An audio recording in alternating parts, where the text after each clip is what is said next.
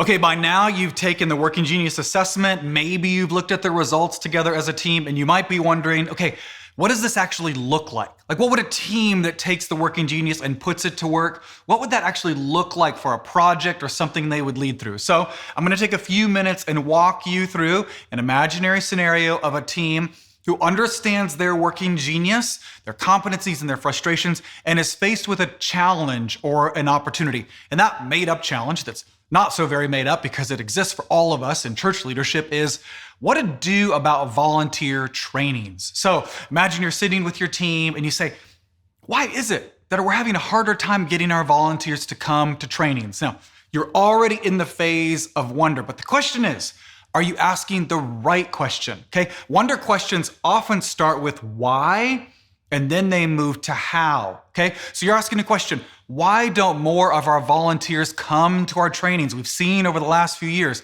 the number of volunteers showing up to be oriented or to come to our regular gatherings is dipping. Why is that number going down? And then you hear somebody in the room start to ask a how question. Okay, how might we get more volunteers to come to our trainings? And somebody in the room says, wait. We need to before we start inventing, before we move from wonder to invention, we need to make sure we've asked the right question. So you're gonna look to the folks in the room who have the working genius of wonder and say, are we asking the right question?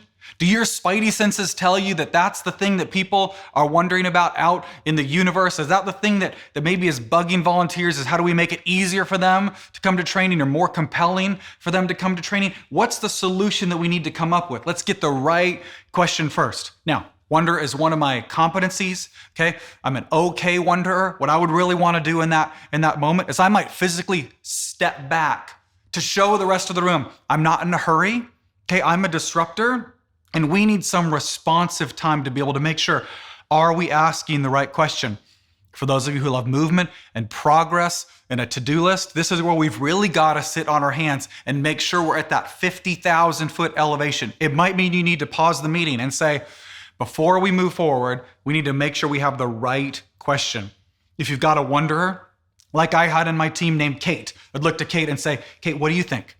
Is this the right thing for us to be wondering about? And if not, we might need to pause, go ask some volunteers, maybe go ask our spouses, go find an intern or somebody in a different department and say, this is the problem we have. What do you suspect is at the root of the problem?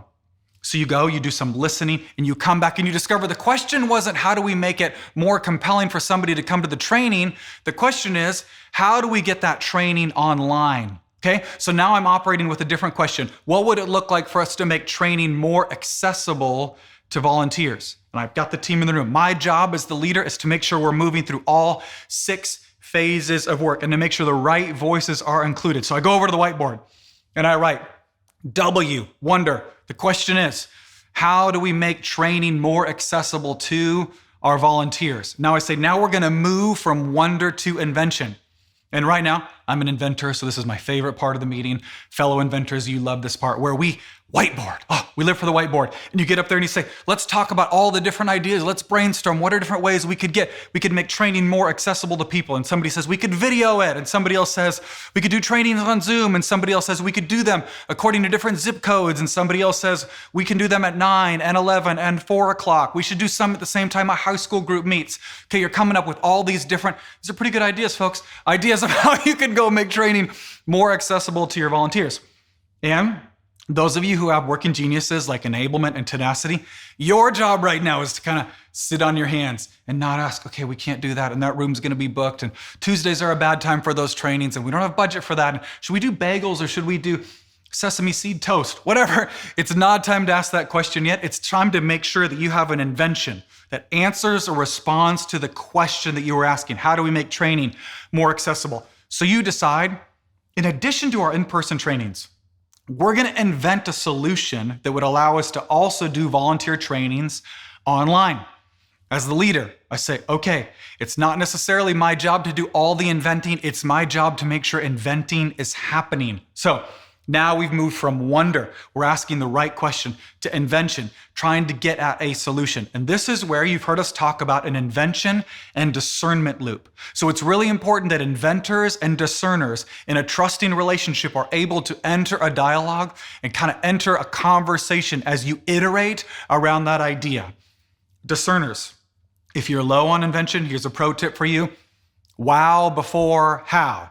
Wow before how. Say, okay, that's a good idea, and begin to and say, and. Okay, that's a good idea. What if we did this? And inventors, if you're in that conversation, remember, the job is to get to the right idea, not necessarily to promote your idea. So I'm in the room as the leader. My job is to facilitate this process. I might start by getting all the ideas out on paper and then asking the discerners, asking everybody to say, which one jumps out to you? Which one feels like it's the right thing? If you're not a discerner, even though you're the leader, trust the voice of the discerners in the room. And if you don't have any discerners in the room, you need to stop the meeting and go get them. Again, you need to find the intern, somebody in a different department, somebody as a volunteer, an elder, a spouse, to just trust their gut instinct and listen to it. If they're like, you're 90% of the way there, keep iterating. So your inventors are saying, let's come up with a solution to put our training online and in person. And so you get together and you think about, how would we get the swag to them? And how do we get the handouts to them? And you answer the questions of maybe what if we could do, or we pre-record something and we do some other ones live on Zoom. I don't know the specifics of how you would invent that, but you'll have problems you have to solve. And the discerners, you're gonna feel them pumping the brakes to make sure that you're getting the right idea. It might take several meetings. In fact, if you have a group that has a lot of discerners, trust their slowness. Trust them saying, we need to make sure we get this right. It might mean that you need to pause and give some space between your invention and discernment. So I've led us through wonder, invention, discernment, and we decide, okay, here's what we're gonna do. We're gonna do in-person trainings Sundays at 9 and 11, like we've always done. We're actually gonna then do an additional Zoom training, and we're gonna do that on Sundays at 5 and 7. And we figured out who's gonna, kind of take the lead on this. And we say, this is the decision. Now remember, wanderers and inventors, now we're slowing down and saying, okay, we've decided this is what we're gonna do. Now it's time to rally everybody to it and figure out how we get across the finish line. Not because we're never gonna invent again, but because we're gonna learn best from a project that we see all the way to conclusion than we are by just gonna staying at 25,000 feet elevation. No, we wanna now turn our attention to something somebody else loves to do, which is to galvanize. So if you're a galvanizer, you know what to do. You start talking about it.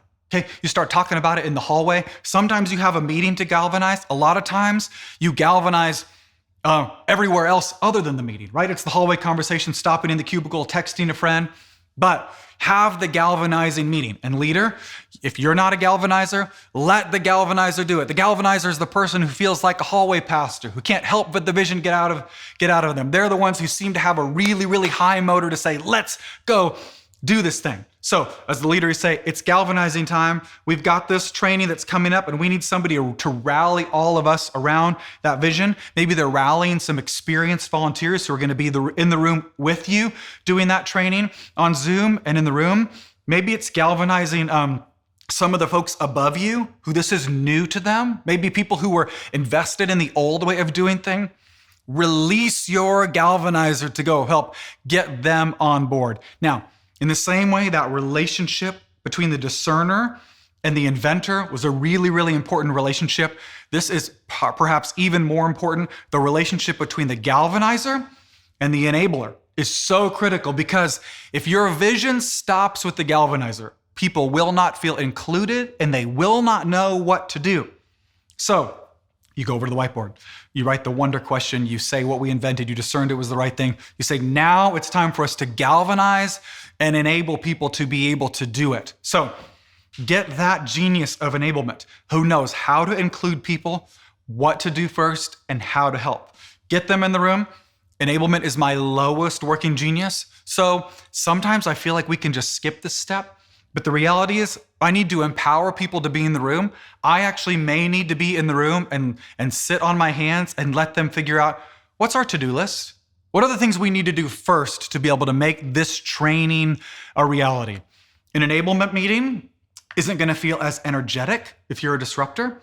It isn't going to feel as inspiring. It might feel kind of weighty, but it's so important because your enablement people are going to see how we can make sure everybody is included, how we can get this thing so that it's off the ground.